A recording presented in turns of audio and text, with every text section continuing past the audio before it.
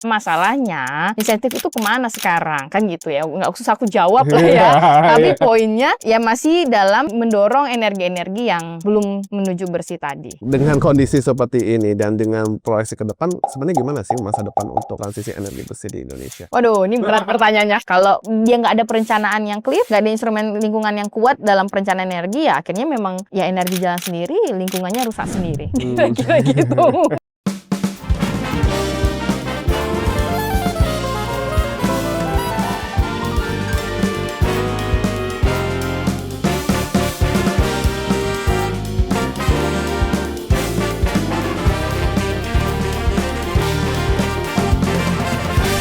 Selamat datang kembali di Sinear Bincang Hijau, sebuah siniar persembahan dari Center for Environmental Law and Climate Justice Fakultas Hukum Universitas Indonesia atau CLCJ FHUI.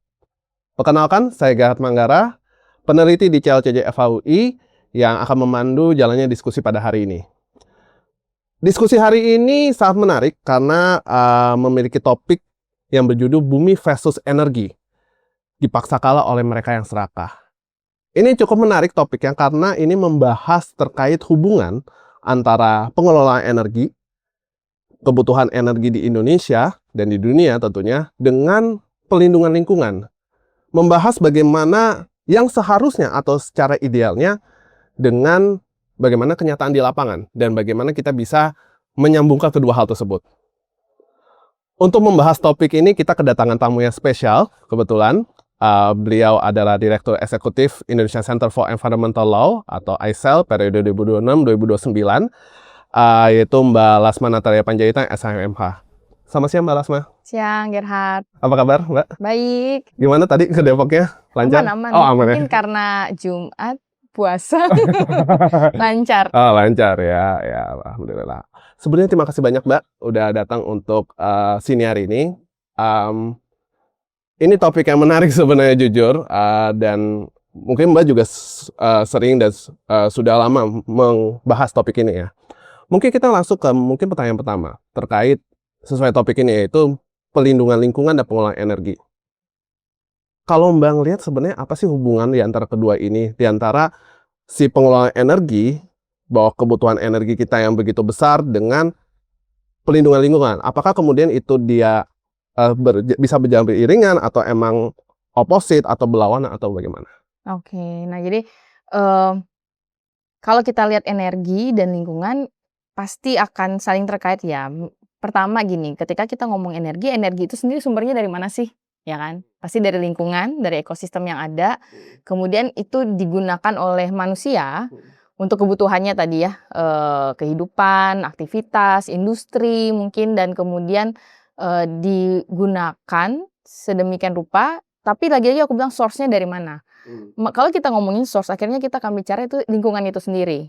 Jadi seperti saya bahasanya gini ya, kita mengeksploitasi sesuatu dari lingkungan untuk menghasilkan dan mensupport kehidupan manusia, dan ternyata itu juga berdampak ke lingkungan itu sendiri. Jadi dia kayak lingkaran ya, yang nggak akan mungkin terpisahkan. Jadi mungkin secara konseptual gitu. Jadi kalau kita bicara soal energi dan lingkungan, dia pasti akan terdampak. Tapi kalau kita mau bikin lebih spesifik lagi nih gitu misalnya ya, ternyata ketika penggunaan energi ini dia ada dampak yang dihasilkan terhadap lingkungan tadi. Contohnya kan yang sekarang kita lagi soroti itu dan dunia internasional ya sebenarnya terkait perubahan iklim.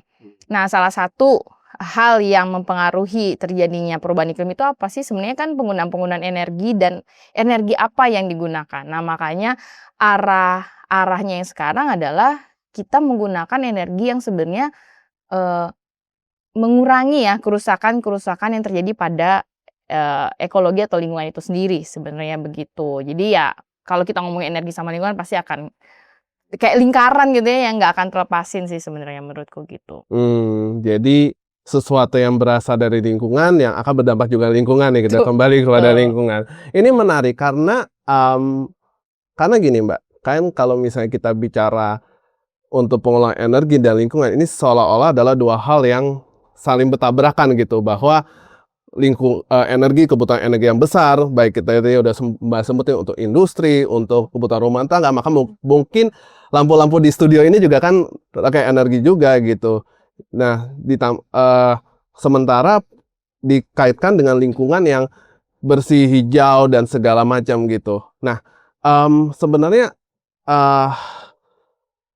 bagaimana menyatukan kedua hal ini, Mbak? Karena kan maksudnya jangan sampai bahwa kemudian kita butuh energi. Oke, kita butuh energi, kebutuhan energi besar. Tapi kan juga lingkungan kita juga harus jaga lingkungannya kayak gitu. Itu seperti apa, Mbak? Nah, makanya kemudian muncul ya pilihan-pilihan sebenarnya energi apa yang itu kita bilang ramah lingkungan atau sebenarnya cost terhadap kerusakan lingkungannya tidak sebesar energi yang lain gitu. Nah, ini sebenarnya kan udah banyak risetnya ya. Misalnya energi-energi yang berasal dari industri ekstraktif itu dampak mau ekologis ataupun dampak sosialnya ternyata cukup besar.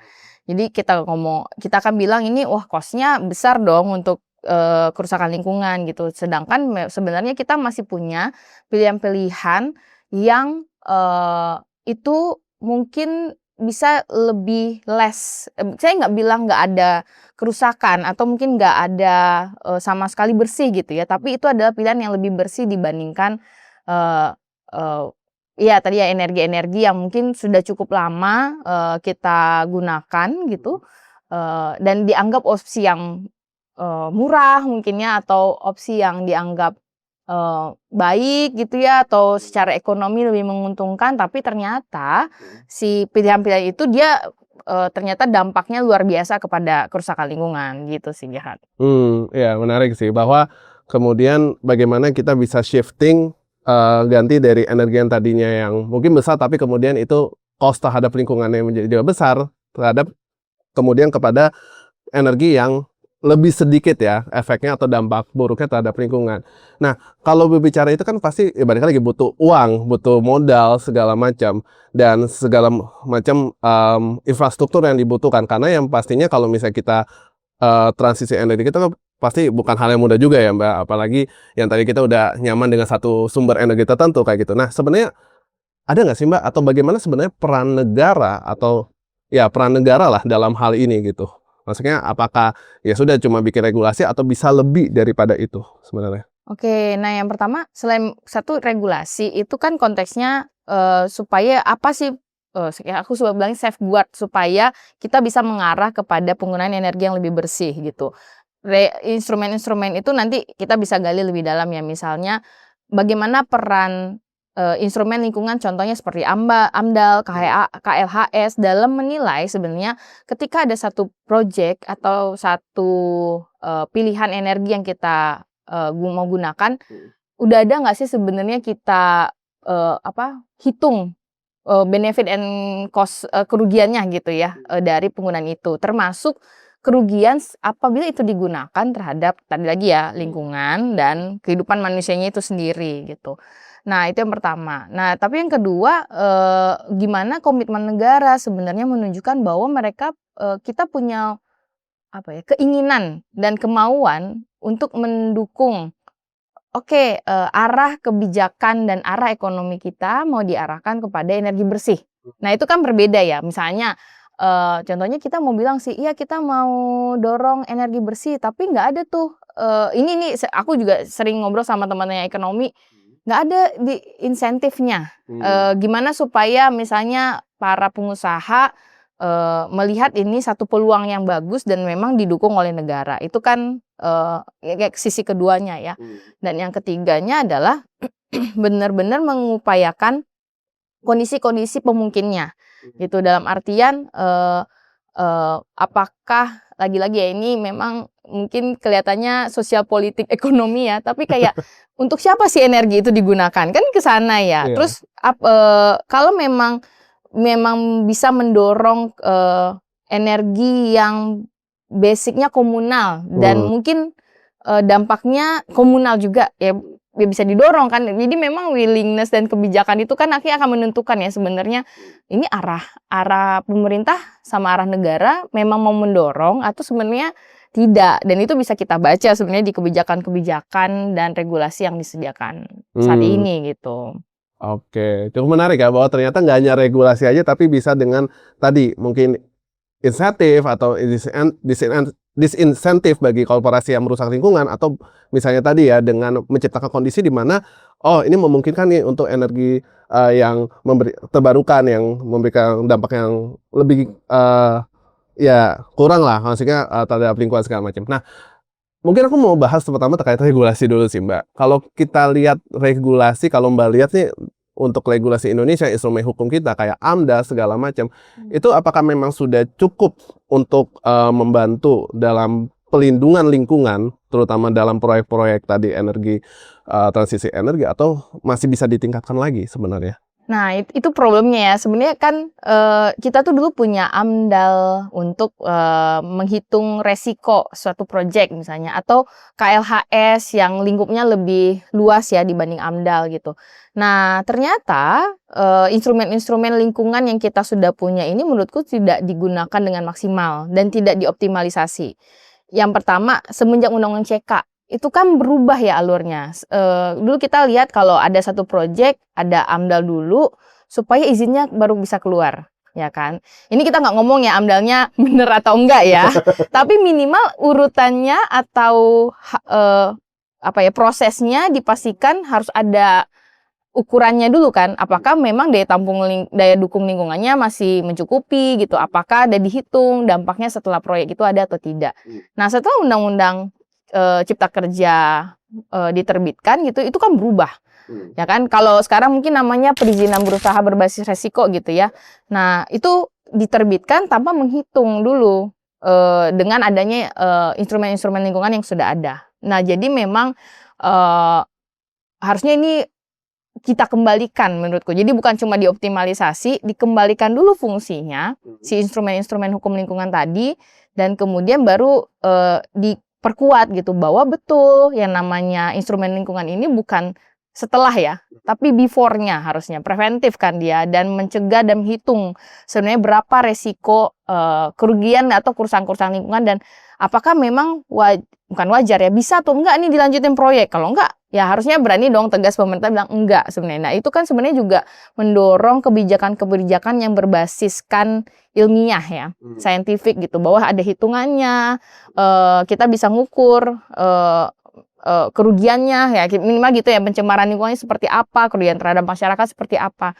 Nah, kalau itu bisa kita ubah, malam artian tuh dirubah kembali ke bagaimana fungsi sebenarnya, menurutku dia mungkin membantu kita nanti. Nah, setelah dirubah dan mengoptimalisasi lagi si peran-peran AMDAL, dan termasuk kayak KLHS ya. Kalau KLHS itu kan dia lingkupnya lebih luas. Misalnya dalam pembuatan RUPTL gitu, perencanaan energi kita, emang ada KLHS? Enggak.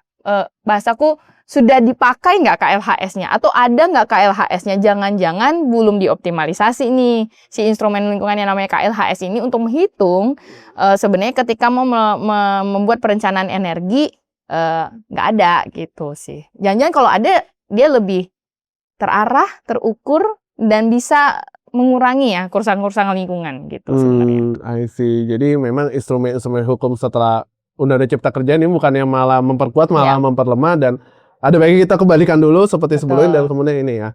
Tapi menarik Mbak, karena untuk membahas kayak menghitung potensi-potensi resikonya, karena setahu saya Mbak, kan ada potensi-potensi, ada potensi-potensi yang terlihat ketika misalnya kita merencanakan untuk proyek untuk pembangunan energi, tapi kan ada juga potensi-potensi yang tidak terlihat, yang kemudian itu kan ya kalau misalnya kita ukur sebelum proyek itu kan nggak kelihatan, baru kelihatan mungkin setelah proyek itu bahkan jadi gitu. Nah, sebenarnya kayak instrumen hukum, mungkin ya sekarang nggak efektif, tapi apakah kemudian dengan tadi misalnya kita kembalikan dengan sistem AMDAL, kayak segala macam, itu memang akan menjamin untuk resiko potensi. Jadi kan tadi dia mencegah. Kemudian setelah pencegahan, masih bisa nih proyeknya jalan atau si perencanaannya jalan. Nah, itu kan harusnya dievaluasi dong. Nah, itulah fungsi pemerintah yang berikutnya, yaitu penegakan hukum ya. Dalam artian berani nggak ya pemerintah kita sekarang bilang gini, ini merusak lingkungan, cabut deh izinnya gitu. Kebanyakan kan ya belum terjadi atau tidak dilaksanakan ya, mungkin evaluasinya belum dilaksanakan. Jadi aku sama teman-teman ESA pernah riset gitu ya, sebenarnya contohnya dalam konteks listrik gitu ya, ESDM, aku lupa di Undang-Undang Ketenaga Listrikan, itu sebenarnya Menteri SDM bisa memberikan sanksi terhadap pelaku usaha ketenaga listrikan karena pencemaran lingkungan, yang kira-kira gitu. Jadi sebenarnya ada konektivitas dong antara perencanaan ketenaga listrikan yang energi tadi dengan pencemaran lingkungan. Dan bisa ternyata dilakukan pencabutan izin, misalnya gitu. Nah, tapi kan lagi-lagi ya, apakah model penegakan hukum ini sudah diterapkan di Indonesia atau belum? Atau nggak usah deh kita ngomongin Menteri SDM gitu ya, bahwa terbukti nih ada pencemaran lingkungan dari suatu proyek. Ada kerusakan lingkungannya mungkin, ada kerugian masyarakat mungkin. Nah, negara berani nggak, ya kan? Pemerintah berani nggak untuk ya udah kita mencabut, misalnya model penegakan hukumnya bisa dipilih ya, apakah pencabutan izin, apakah misalnya masuk ke perdata, pemulihan, yang gitu-gitu. Tapi poinku adalah setelah terjadi kerusakan lingkungan itu memang ada proses penegakan hukum selanjutnya. Nah, itu yang mungkin butuh didorong, atau kita evaluasi, cek lagi deh sebenarnya si proses-proses penegakan hukum ini sudah terlaksana atau belum. Karena misalnya kasih contoh nih, beberapa kasus perencanaan proyek di ketenaga listrikan, beberapa tuh dicabut izinnya tapi dalam perencanaan. Jadi memang dilihat ada proses perencanaan yang tidak tepat. Bisa tuh dicabut oleh pengadilan ya, misalnya gitu. Tapi kalau misalnya sudah berjalan, misalnya industri ekstraktif gitu ya, ada terbukti tambang yang melakukan kerusakan lingkungan, ya kan?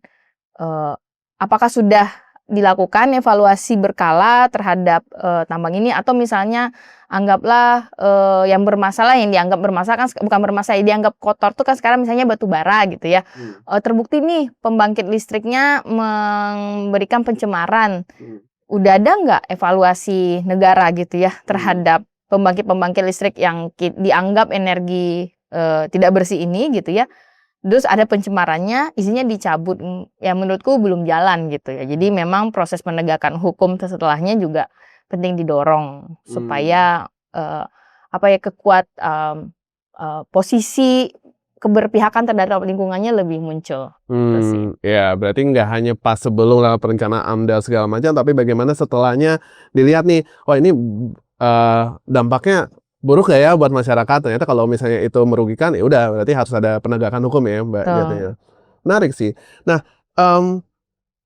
kan tadi Mbak nyebut juga selain dari segi regulasi juga dari segi insentif, disinsentif ya, insentif bagi korporasi yang melakukan transisi energi ke energi terbarukan, dan disinsentif bagi korporasi yang dia malah justru merusak lingkungan. Nah, sebenarnya aku penasaran pas tadi Mbak diskusi sama teman-teman ekonomi dan bilang bahwa ini belum muncul ini di insentif. Sebenarnya apa sih sebenarnya insentif yang seharusnya ada dan itu belum muncul di Indonesia lah. Oke.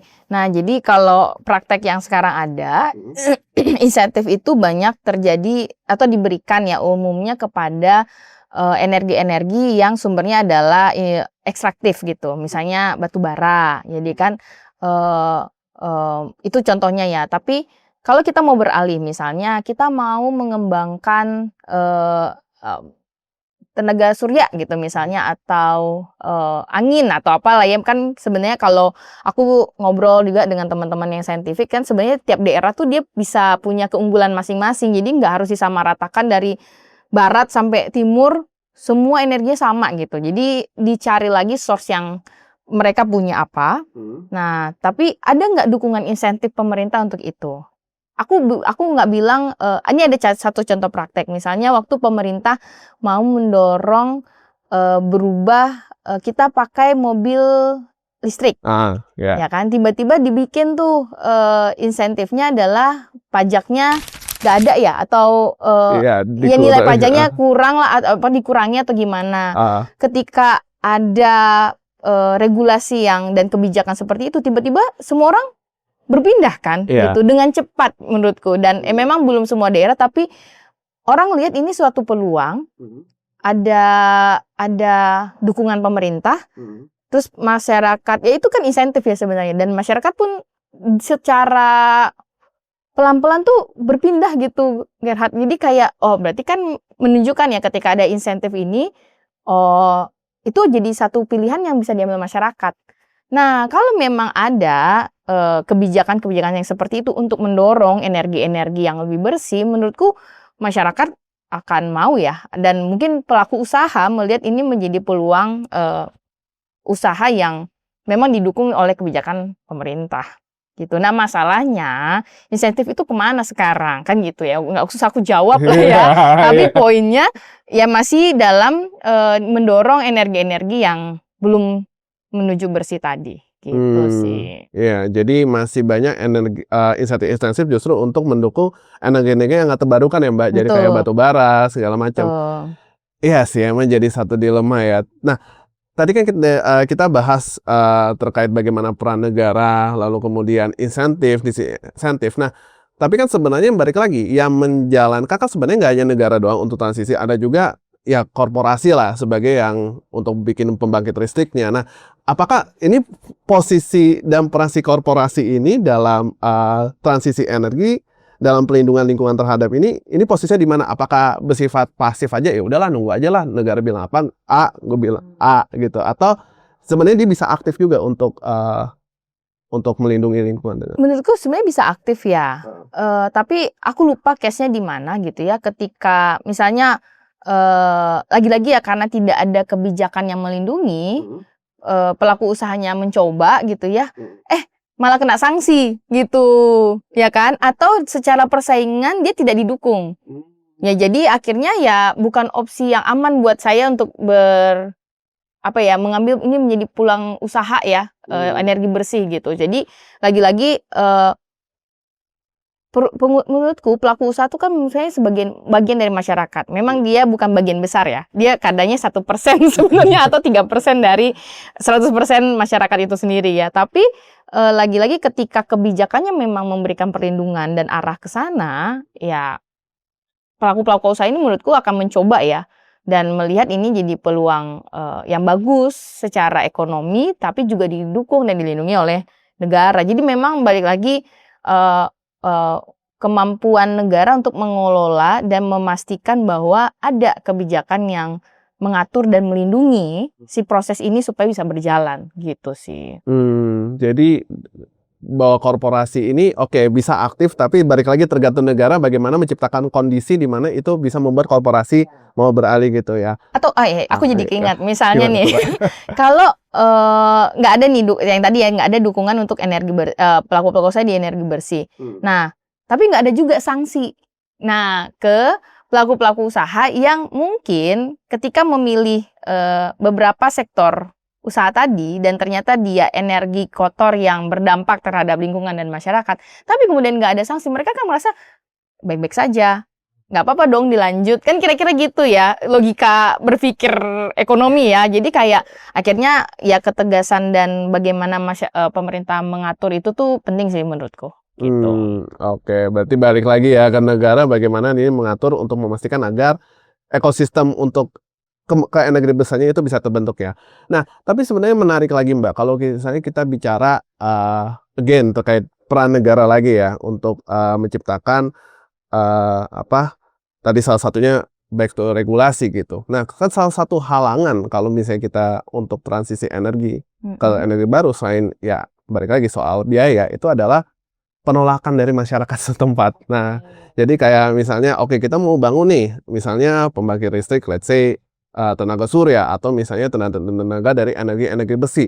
Lalu kemudian dapat penolakan masyarakat. Ini kan sebenarnya satu hal yang mungkin kalau orang awam lihatnya, loh kan ini mau ke energi bersih kok malah tolak gitu. Nah sebenarnya kalau Mbak lihat nih, sebenarnya apa memang dari masyarakatnya yang tidak teredukasi atau emang yang bebal, atau sebenarnya ini juga salah negara atau gimana Mbak? Nah jadi ketika kita mau melakukan proses transisi energi gitu ya dari kotor ke bersih, ada beberapa faktor-faktor yang harus dipastikan ada. Selain tadi kebijakan, regulasi, nah kondisi masyarakat nih. Jadi satu, mereka kan sudah bergantung sama kebergantungan hidup terhadap pilihan energi yang lama gitu. Nah, dan termasuk mata pencarian kadang-kadang. Nah, ketika kita mau berubah, ada nggak disiapkan kondisinya bahwa ada pilihan lain loh. Diversifikasi ekonomi ya kalau nggak salah. Atau misalnya gimana resiliensi masyarakat ketika mereka harus berubah. Beralih dari energi yang kotor tadi ke bersih. Nah, itu harus juga dipastikan gitu kan. Ada beberapa riset bahkan termasuk riset ICEL terakhir itu kita ngecek misalnya kalau pertambangannya ditutup gitu. Ini dampaknya ke masyarakat gimana sih? Ternyata mereka akan ngomongin ekonomi. Apa sih mata pencarian saya? Livelihood mereka tuh sumbernya source-nya dari mana? Kalau memang mereka punya opsi, mereka akan mau kok sebenarnya menurut kami. Menurut hasil riset ini ya. Nah, terus yang kedua, pembangkit listriknya akan dirubah gitu. Ya, lagi-lagi pertanyaannya adalah ketika ada orang-orang yang bekerja di sana, mereka ditutup atau misalnya berubah, apakah punya nggak kesempatan untuk ya bekerja juga di dalam sektor-sektor energi baru itu. Berarti kan yang harus disiapkan nggak cuma masyarakat sekitar gitu ya, masyarakat terdampak yang bergantung livelihood-nya dengan energi yang lama, tapi juga pekerja-pekerja ya yang mungkin bergantung sama sektor yang lama ya ditingkatkan. Itu kan tugas negara juga ya untuk memastikan bahwa proses-proses transisi ini melindungi baik itu masyarakat, pekerja gitu kan, orang-orang sekitar yang terdampak, orang-orang yang bergantung mata pencahariannya. Nah, jadi makanya aku bilang tadi kondisi-kondisi tadi itu harus diperhitungkan juga supaya memang proses transisinya siap. Gitu. Nah, yang kedua, gap pengetahuan tentang apa itu transisi energi. Jadi transisi energi. Transisikan energi yang mana? Kan gitu. Jadi ketika kami riset lagi tuh soal kondisi-kondisi di daerah, sebenarnya ini risetnya waktu itu di Kalimantan, dan kita tahu ya Kalimantan tuh sumbernya apa gitu. Terus beberapa pemerintah daerah tuh bilang kami mau kok pindah. Tapi mereka melihat opsinya ke hal yang lain yang menurut kita juga itu merusak lingkungan. Ini aku sebut aja nggak ya, misalnya dari batu bara jadi sawit gitu. Ya ini kan masih perdebatan ya, maksudnya dalam artian tuh masih ada resiko-resiko yang pasti akan terhadap kerusakan lingkungannya terjadi gitu. Nah, berarti itu kan ada gap pengetahuan dong dan gap kapasitas untuk melihat sebenarnya transisi energi itu apa gitu. Dan kalau memang gap ini belum bisa diisi, ya proses transisi energinya nggak kemana-mana. Tapi kan kalau gap tentang apa itu transisi energi, apa peluang-peluangnya gitu ya, apa kemungkinan yang dibutuhkan, menurutku ya proses ke sana bisa terjadi sih sebenarnya gitu. Oke. Berarti sebenarnya masyarakat tuh sebenarnya mau, cuman ya harus ada pergantian itu harus memastikan bahwa mata pencaharian mereka tidak terganggu, atau misalnya tadi ya bahwa itu tidak menciptakan kerusakan lingkungan yang sama atau bakal lebih parah kayak gitu ya. Tapi nah sebenarnya kalau Mbak lihat juga misalnya dalam proses tadi ya partisipasi masyarakat dalam kemudian proses transisi energi, kalau Mbak atau mungkin dari hasil riset ICEL itu ngelihatnya seperti apa? Apakah kemudian masyarakat memang udah benar-benar sungguh ini, atau ya udahlah satu arah, yang penting masyarakat tahu, yuk nggak suka, yuk protes, bodo amat kayak gitu. Maksudnya tadi gimana pertanyaannya, Mama? Iya, maksudnya bagaimana proses dari Mbak lihat atau misalnya dari hasil riset ICEL mungkin ngelihat proses partisipasi masyarakat dalam partisipasi masyarakat. Oke. Nah itu juga jadi enabling condition yang harus dipastikan ada ya. Jadi proses partisipasi itu kan salah satu faktor bagaimana sebenarnya masyarakat bisa ikut ikut dalam proses itu sebenarnya. Nah, masalahnya ketika sebenarnya partisipasi, aku sebelum loncat ke partisipasi sebenarnya informasi. Jadi tadi kan kita juga udah ngomongin apa sih transisi energi, informasi apa sih yang mereka dapat, atau pembangunan apa sih yang akan dilakukan di satu daerah gitu misalnya. Itu kan dibutuhkan ya, dan akses informasi di Indonesia menurutku ya masih butuh ditingkatkan gitu ya, supaya menjamin bahwa masyarakat mendapatkan informasi yang utuh gitu. Nah, yang kedua soal pelibatan partisipasinya juga gitu. Apakah model partisipasi kita tuh masih model satu arah yang tadi dirimu sebutkan gitu ya. Jadi nggak setuju tetap ada gitu. Itu kan bukan partisipasi ya. Itu instruksi ya kayaknya. Nah, kalau partisipasi adalah gimana proses pelibatan itu betul-betul memastikan hak masyarakat itu mereka satu bisa berpendapat, mereka bisa menyampaikan pikiran-pikiran mereka, tapi ketika mereka tidak setuju pun mereka juga nggak merasa terancam gitu. Nah, yang sering kali terjadi kan ya kalau setuju bisa jalan bareng, kalau nggak setuju ya kan? Atau bahkan mereka nggak bisa menyampaikan pendapat, kami nggak setuju sama proses mungkin pilihan yang ini gitu. Kami punya nih kan, kalau dalam konteks masyarakat adat juga sebenarnya kan ada kearifan lokal yang bisa didorong gitu. Nah, mungkin mereka punya pilihan seperti itu. Tapi ketika ternyata mereka nggak sepakat dengan apa yang disampaikan oleh mungkin pemerintah dan apa proyeknya yang akan direncanakan gitu ya, diselenggarakan, mereka merasa terancam ketika menyampaikan pendapatnya. Itu kan juga kondisi di mana orang sebenarnya nggak bisa berpartisipasi. Ya kan, ya makanya kan kalau bahasa lainnya itu partisipasi bermaknanya nggak terjadi sebenarnya. Jadi orang betul-betul diikut sertakan oleh masyarakat bisa berpendapat, masyarakat juga punya hak untuk bilang enggak gitu. Nah, ini salah satu faktor juga akhirnya. Apakah yang tadi dirimu bilang, proses transisi energi itu nggak datang dari masyarakat, tapi ya datang dari satu pihak aja. Dan akhirnya ya terjadi konflik, lagi-lagi gitu kan, ketika ada proses-proses yang satu arah, dampak ke depannya ya ada konflik-konflik di masyarakat itu sendiri sih, gitu. Entah konflik horizontal, entah konflik vertikal gitu ya. I see. Iya sih. Jadi harus benar-benar dipastikan ya Mbak, bahwa partisipasi masyarakat ini benar-benar bermakna, nggak sekedar oh ya udah cuman di daftar absen, oh ada hadir, Ya. tapi bagaimana? Karena kan praktiknya seperti itu ya kebanyakan terjadi. Betul. Oke. Satu hal yang sering menjadi perbincangan selain bagaimana transisi energi itu untuk energi bersih adalah terkait keadilan energi. Bukan keadilan itu adalah kedaulatan energi. Jadi bagaimana satu negara itu bisa dia punya sumber energi yang tetap bertahan walaupun misalnya dalam guncangan krisis atau segala macam. Atau mungkin kalau misalnya kita di pidato presiden itu bilang swasembada energi. Salah satunya yang tadi yang Mbak sebutin sawit kayak gitu ya. Nah, ini jadi menarik karena apakah kemudian ini menjadi hal yang apa ya istilahnya, tidak sejalan gitu antara pelindungan lingkungan dengan kedaulatan energi. Apakah kemudian kita harus memilih salah satu nih antara kedaulatan energi dengan pelindungan lingkungan kayak gitu. Dalam hal ini transisi energi ke energi bersih. Oke, nah tapi kan segini, kalau kita ngomongin energi harusnya nggak cuma dilihat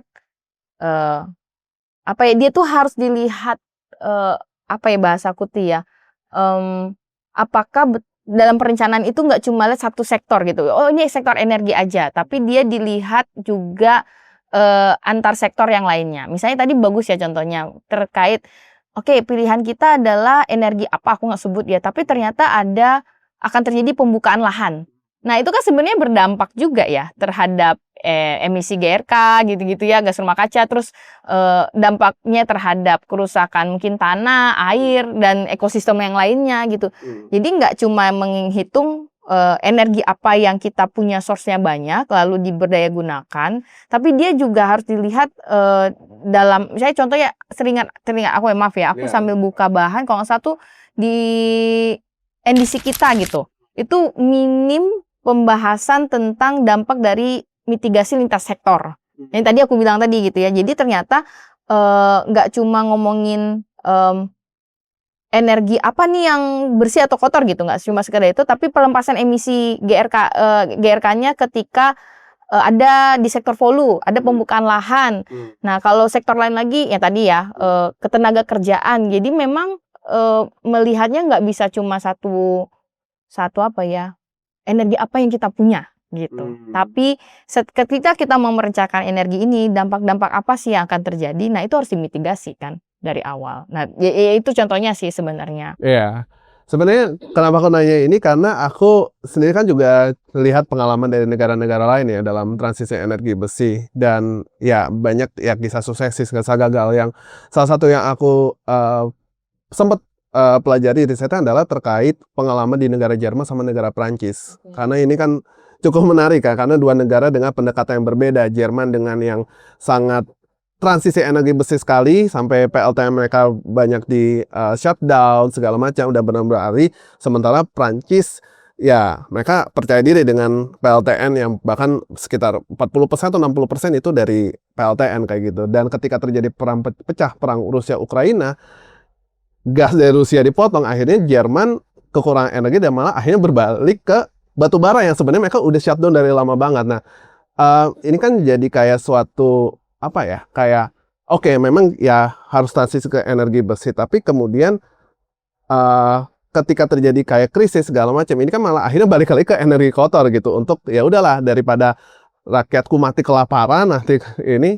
Nah, itu kalau Mbak ngelihatnya, apakah memang kalau dari berkaca ya pengalaman dari Jerman sama Prancis itu, apakah memang ya sudah tetap gas untuk transisi energi bersih secara total, atau ya sudah bertahap aja dulu sambil tetap menjaga kedaulatan energi itu kita tetap. Nah, aku sepakat sih sebenarnya perencanaan yang bertahap itu penting dilakukan. Ya kalau tadi bilang dirimu bilang, kalau tiba-tiba satu tempat sumber energi ditutup, ya jangan-jangan memang ya berdampak gitu. Makanya ini aku hasil ngobrol sama teman-teman yang juga teknikal di isu energi ya. Jadi dia mereka ya memang harus asesmen seluruh wilayah Indonesia ini, tapi nggak cuma lihat kacamata industri besar gitu. Jangan-jangan ada industri-industri masyarakat, industri kecil yang itu juga bisa diberdayagunakan, itu juga termasuk kan gitu. Jadi ketika kita bergantung hanya sama satu source-nya hilang, ya memang mati. Tapi kalau source-nya 10, ya kita punya pilihan kan sebenarnya gitu. Terus yang satu lagi, kalau kita source-nya terpusat, ya ibaratnya kita semua gini ya, satu mati aja lampu. Mati udah satu tempat ini kan gitu kira-kira. Tapi kalau ternyata kita punya 10 source, ternyata itu lebih tersebar dan itu lebih menjaga si dinamika energinya. Kenapa kita nggak pilih yang ke sana gitu.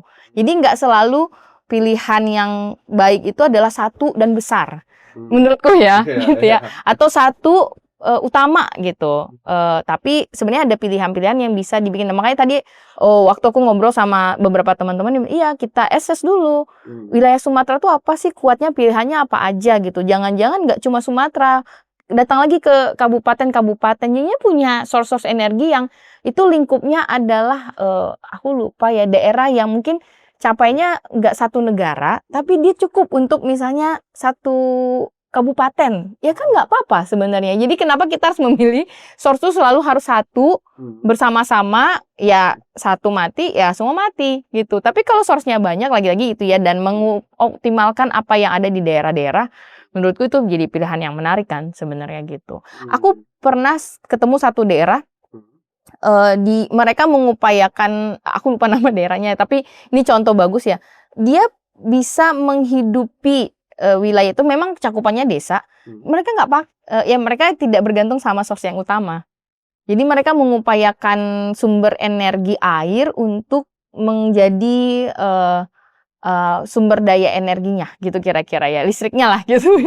Ya semoga karena ada juga dulu contoh di Bali ya, aku lupa satu orang atau satu rumah dia mau pakai tenaga surya malah ditangkap. Iya, itu tahun berapa ya? Aku lupa itu ada ceritanya. Tapi ngerti gak sih? Jadi kayak opsi ketika orang mau memberdayakan dirinya atau komunal mau memberdayakan dirinya itu nggak jadi opsi ternyata. Karena yang diusahakan adalah yang besar, menguasai semuanya, dan ternyata padahal itu belum tentu pilihan yang paling bagus. Atau mungkin gara-gara kelebihan sumber energi, jadi kalau misalnya ya mungkin aja kan bisa jadi ya. Gitu. Menarik sih. Iya, jadi itu juga ada sih jawabannya, Gerhard. Jadi pertanyaannya gini, waktu aku dulu masih bergutat dengan proyek-proyek PLTU, ada satu aku organisasi riset sebenarnya.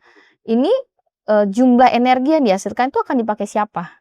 Nah, itu akan menjawab sebenarnya kita butuh nggak sih energi sebesar itu, atau sebenarnya ini ya bukan sebenarnya kebutuhan masyarakat gitu sih. Jadi sebenarnya ya daripada berfokus pada satu sumber energi, sebenarnya bisa aja ya kita mendiversifikasi pada banyak sumber energi gitu. Menarik sih, karena Nah, ini juga sebenarnya menarik juga ketika diversifikasi sumber energi. Nah, ini arahnya nggak jadi lingkungan ya, jadi Oh, lebih iya. politik. Lebih ke politik ya jadi. Oke. Ekonomi. Iya, Oke, malah jadi ya, kayak oke. oke, baik tuh Oke. terkait pelindungan lingkungan. Oke. Oke. Tapi sebenarnya kalau misalnya kita bicara back to Ya, ya, nggak pelindungan apa-apa. lingkungan ya. Sebenarnya yang dirugikan apakah memang selalu masyarakat lokal atau sebenarnya negara juga nanggung kerugian kalau misalnya ya udah kita nggak usah terlalu transisi energi banget lah kayak gitu. Kayak gitu. Atau sebenarnya Oke. karena kan narasi yang sering dibangun kalau misalnya terkait masalah transisi energi ya, terkait masalah ya tadi yang nggak partisipasi segala macam selalu yang bermasalah adalah masyarakat lokal, masyarakat setempat. Tapi apakah misalnya negara juga sebenarnya dirugikan juga kalau misalnya kita nggak berpindah pada energi besi gitu? Nih, aku kasih contohnya kol aja ya. Jadi ini konteksnya terhadap negara. Jadi dibilang kol itu murah. Ini ngomongin harga aja ya. Oke. Nah, ternyata hitungan murah itu nggak pernah benar-benar menghitung sebenarnya cost yang butuh dihitung ketika kita menggunakan kol. Misalnya, contohnya biaya kesehatan, biaya konservasi lingkungan itu nggak dihitung. Nah, terus belum lagi dihitung ada hitungan terhadap cost CO2-nya, cost air pollution-nya itu nggak dihitung. Jadi sebenarnya kalau kita bilang rugi negara, rugi dong. Karena yang dihitung baru, oke kalau pakai ini sekarang untung, tapi dia nggak hitung misalnya 5 tahun, 10 tahun lagi kalau itu terus bertahan ternyata sebenarnya cost kerugian dampak terhadap masyarakatnya, dampak kesehatan, dampak lingkungannya lebih besar. Itu yang nggak pernah dihitung sebenarnya. Jadi sebenarnya bisa jadi untung sekarang, buntung nanti gitu lah ya. Ruginya nanti. Jadi ruginya tuh nggak dihitung. Padahal kan yang kayak tadi dirimu bilang ya, harusnya kan kalau kita ngomongin ekonomi, ngomongin lingkungan dan perlindungan lingkungan itu nggak dihitung cuma tahun ini aja. Tapi dihitung dong 5 tahun lagi, 10 tahun lagi, 20 tahun lagi masih menguntungkan atau tidak. Kalau memang kita mau ngomongin hitung-hitungan ekonomi, ternyata nggak menguntungkan. Karena kerugian lingkungan atau kerugian yang dirasakan 5 sampai 10 tahun mendatang atau 20 tahun mendatang itu lebih merugikan ya gitu. Jadi cost-nya lebih tinggi. Nah, terus kalau untuk negara sendiri, apakah memang mau bergantung sama sumber-sumber yang sebenarnya ini mungkin akan habis juga, gitu kan? Kita dalam artian tuh yang tadi ya, lagi-lagi aku bilang nggak cuma bicara bahwa sekarang untung, tapi setelah kita menggunakan pilihan-pilihan yang energi yang kita pilih tadi, kerugian lingkungannya sih sebenarnya itu yang kadang kita nggak hitung. Kalau misalnya aja kita lihat kok misalnya di Kalimantan, wilayah-wilayah yang setelah habis dikeruk gitu ya dengan pertambangan jadi apa sekarang? Ya kan, ini teman-teman kita lihat sendiri aja lah, nggak usah lihat pergi ke Kalimantannya ya, tapi bisa Google apa dan itu tuh kan tanahnya nggak wilayah-wilayah yang tadinya dikeruk itu kan nggak jadi apa-apa. Itu nggak dipikirkan juga pemulihannya apa dan sebagainya. Atau misalnya tadi hutannya berubah ya kan jadi sumber-sumber yang lain karena dianggap ada source itu. Ya kan ketika kita menghilangkan peran fungsi dan hutan itu ternyata berdampak besar kan. Misalnya lihat aja wilayah Sumatera gitu kan. Akhirnya kerugiannya besar banget. Memang yang bertanyakan siapa sih yang dapat untung, siapa sih yang ngalamin kerugian. Kan gitu ya. Jadi ya negara harus melihat sampai sejauh sana sih menurutku. Oke. Berarti sebenarnya nggak hanya masyarakat lokal, tapi sebenarnya ya semua juga jadi rugi nggak sih kalau misalnya ini. Ya, menarik sih. Nah, ini aku tadi baru search di internet bahwa di RUN kita kan baru kelar ya 2025 ya, dan ternyata kita sudah resmi gagal untuk mengurangi EBT-nya gitu, yang targetnya 23%, ternyata ya cuma 15,75%. Nah, kalau Mbak atau dari ya Mbak sendiri lihat dengan kondisi seperti ini dan dengan proyeksi ke depan, sebenarnya gimana sih masa depan untuk transisi energi bersih di Indonesia? Waduh, ini berat pertanyaannya. Ya mau gimana ya, memang lagi-lagi kan kita lihat dokumen regulasi atau kebijakan itu jadi komitmen tertulis pemerintah ya. Ya ketika ketika kita lihat di dokumennya ternyata ditulisnya ke sana ya memang berarti memang pathway-nya segitu aja gitu. Tapi kan kalau kita mengukur Paris Agreement aja, meskipun ya kita tahu lah COP terakhir juga jadi masih perdebatan ya. dan ternyata ya masing-masing negara gitu mungkin masih punya standpoint masing-masing untuk keuntungan negara, bukan keuntungan ya, bagaimana supaya itu bisa terjadi di negara masing-masing gitu. Tapi kan kalau kita ngomongin ilmiah atau kita ngomongin kondisi bumi, ya kita harus realistis dong sebenarnya kerusakannya udah sejauh mana dan harusnya kita berubah ke arah mana gitu. Dengan komitmen yang seperti itu, ya berarti memang mungkin yang sekarang belum komitmen menurut saya ya. Karena kan itu komitmen tertulis ya yang dalam regulasi gitu. Sedangkan harusnya kalau saya lupa hitungannya itu kalau nggak salah kalau kita mau align sama 1.5 gitu ya. Itu sampai 2030 kita harus udah punya